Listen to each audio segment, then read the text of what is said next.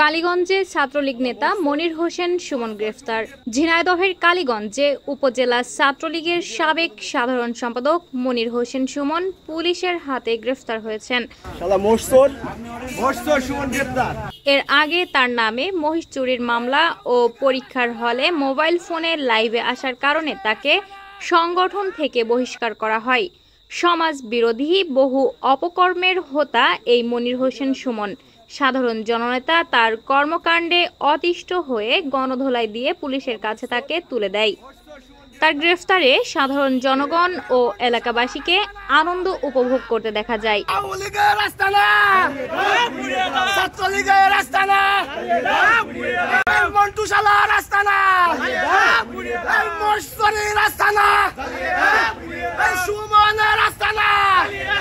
এ সময় সাধারণ জনগণ তার উদ্দেশ্যে মহিষচোর গ্রেফতার বলতে শোনা যায়।